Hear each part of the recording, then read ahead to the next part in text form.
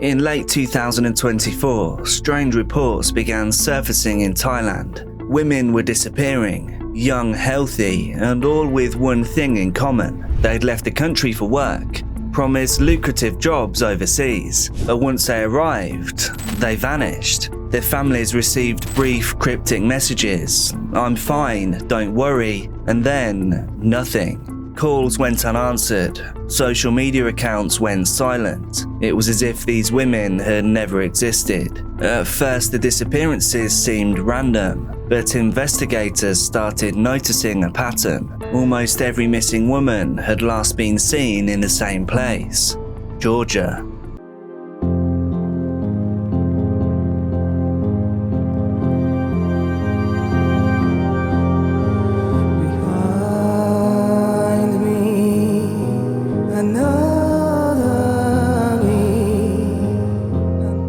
Viewer discretion is advised for this educational documentary. Welcome to Case Documentaries. Thank you to all Inner Circle members over on Patreon. If your name is on screen right now, then you're a legend.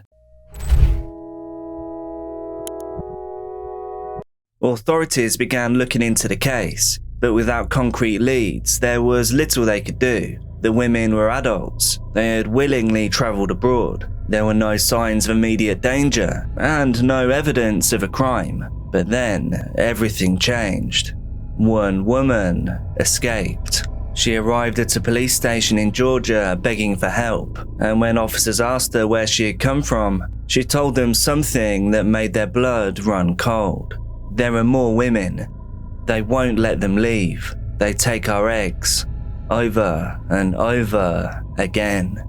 The woman's story was almost too terrifying to believe. Something taken directly from a horror movie. She had come to Georgia expecting work as a surrogate mother, an opportunity to help families while earning enough money to support her own. The woman had seen an advert for a job on Facebook, one that would pay between 400,000 and 600,000 baht, which is around $11,000 to $17,000. The woman from Thailand didn't have a passport, but that was no problem because the passport along with travel expenses were paid for by the company. The woman was expecting to go and live with a grateful and nurturing couple, people that wanted a baby more than anything else in the world. August came around and it was now time for the job to begin. She and around 10 other prospective surrogates were led on their trip to Georgia by another Thai woman, a woman who they expected was their guide and almost their friend.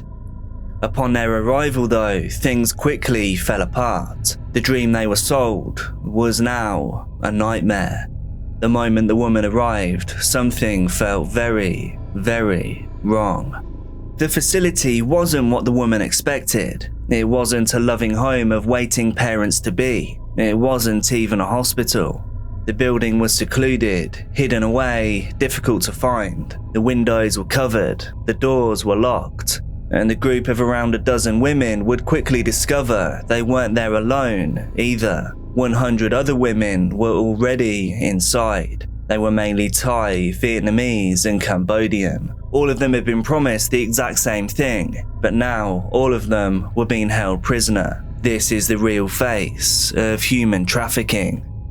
Whilst held captive, the conditions were tightly controlled. It reminds me of a controlling or abusive partner's behaviour. Their passports were taken, their phones were monitored. Some of them had tried to contact their families by sending text messages, but every message was checked before it was sent. A single wrong word could mean punishment. The woman told the police that at first they were treated well. They were fed and given beds to sleep in, but soon the procedures began.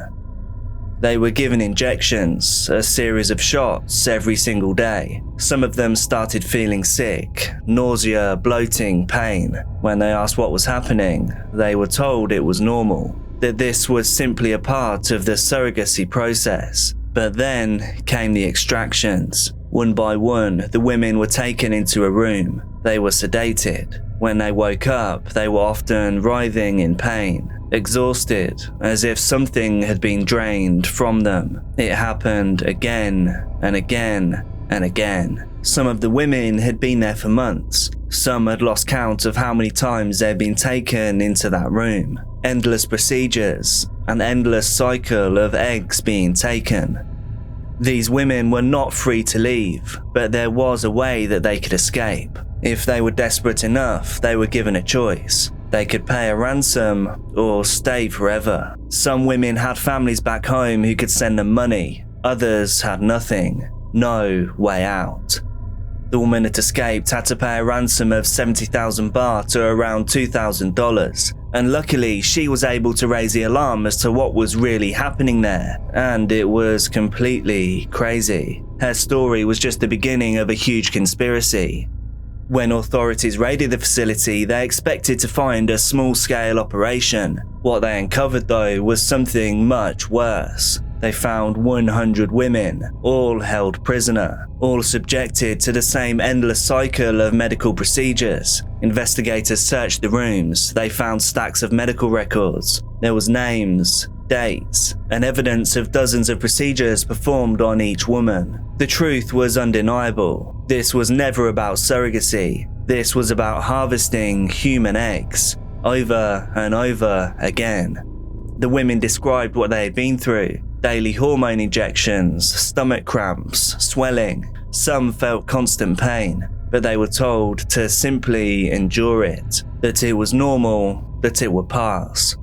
The longer the women stayed, the more dangerous it got for them. Some were developing serious complications from the prolonged cycle of medicines, with some feeling that their bodies were simply shutting down. The woman that escaped was, in this scenario, lucky. Her family were able to send the $2,000 for her to escape. However, for those who didn't have access to that large sum of money, they would be indefinitely locked away in this human egg farm. They had no way out. Investigators found evidence that these eggs had been sold, but no records of where they'd gone, who had bought them, what clinics had processed them, how many families had unknowingly used eggs taken from trafficked women. The deeper authorities dug, the more disturbing the questions became. How long had this been happening? How many women had already been used and discarded? And maybe the most chilling question of all, who was behind this? The raid exposed the horrifying truth that this was not an isolated case of human trafficking. It was part of something much larger. The global demand for human eggs has skyrocketed in recent years. Fertility clinics, private buyers, and underground brokers are all willing to pay top dollar for viable eggs. However, legal egg donation is a slow and expensive process. Many countries have strict regulations. There's background checks, medical screenings, mandatory waiting periods. So for those who don't want to wait, or who are simply willing to look the other way, there is another option: the black market.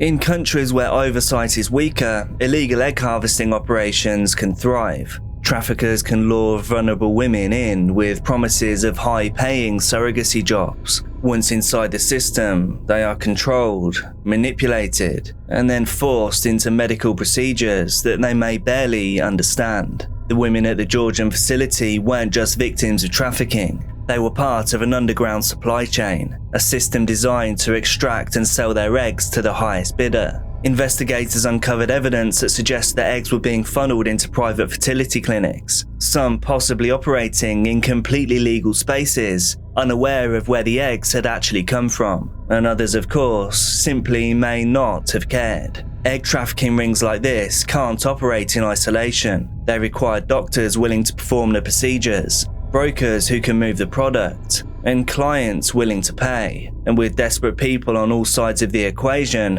whether they ask questions or not might depend on how desperate they truly are.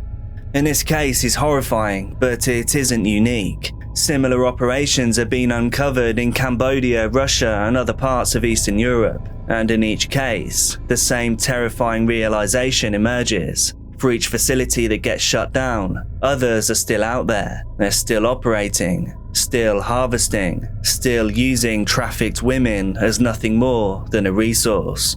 Bank records trace payments moving through multiple countries, transactions linked to fertility brokers, private clinics, and offshore accounts. But where these eggs had actually gone, that was harder to prove. Many of the traffickers fled before they could be caught, and those arrested refused to talk. And the fertility clinics suspected of using these eggs, many simply denied involvement, and others disappeared. For the women who had been rescued, freedom came with its own price. Many will suffer long-term health complications, things like hormonal imbalances and damage to their reproductive systems. Some of them may never be able to conceive again, and psychologically the scars will run even deeper. These women had been promised a better life, and instead they'd been treated as products, used, drained and discarded when they were no longer profitable.